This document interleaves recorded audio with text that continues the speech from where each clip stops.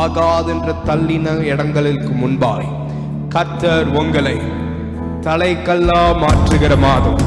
The people who rejected you, அவங்களுக்கு முன்னாடி ஒரு ஹெட்ஸ்டோனா, யாரும் தள்ள முடியாத ஒரு கல்லாய் கர்த்தரை மாற்ற போகிறார். யாருக்கும் தள்ள முடியாத ஒரு கல்லாய் உன் குடும்பத்தால இனி யாரும் உன்னை ரிஜெக்ட் பண்ணவே முடியாது. இனி உங்களை யாருமே தள்ளவே முடியாது. He will change you as a cornerstone.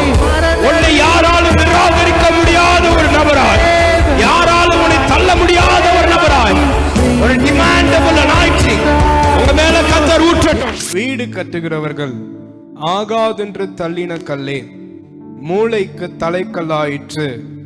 இது என் தாயால் ஆகல, தகப்பனால ஆகல, கணவனால இல்ல, மனைவியால இல்ல, பிள்ளைகளால இல்ல, யாரால? கர்த்தராலே ஆயிற்று. அது நம்மளுடைய கண்களுக்கு ஆச்சரியமாயிருக்கிறது.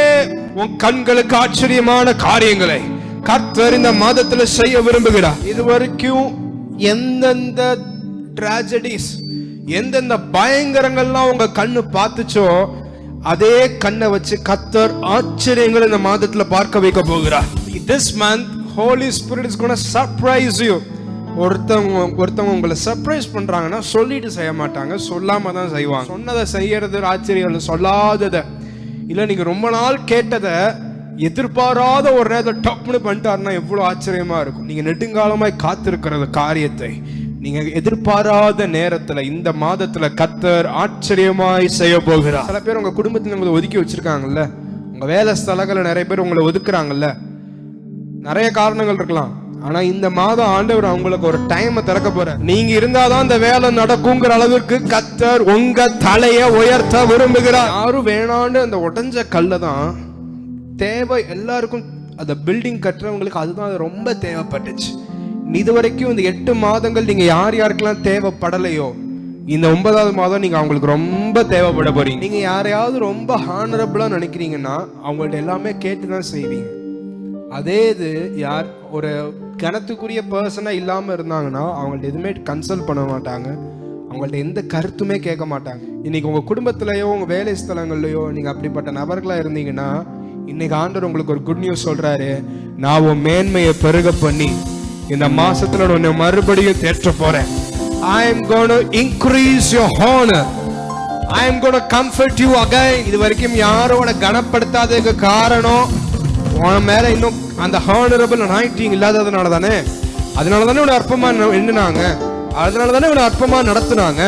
இந்த மந்த்ல கர்த்தர் தெளிவா சொல்றாரு, உன் மேன்மை நான் பெருக பண்ண போகிறேன். உங்களை ஜனங்கள் பார்க்கிற அந்த கனம் இன்னும் அதிகப்பட போகுது. ஒரு மனுஷனை கர்த்தர் மூளைக்கு தலைக்கல்லா மாத்தினா இவன் தள்ளப்பட்ட கல்லுன்னு கூட யாராலும் கண்டுபிடிக்க முடியாத அளவுக்கு, யாரும் அவனை இனி தள்ளாத அளவுக்கு கர்த்தர் அவனை தலைக்கல்லா மாற்றுவார். இதுக்கப்புறம் கர்த்தர் உங்க லைஃப்ல உங்க வீட்டுல ஒரு விஷயம் செய்யணும்னா கூட உங்கள்கிட்ட கேட்டு செய்யற அளவுக்கு உங்க தலைய கர்த்தர் உயர்த்த போறார்.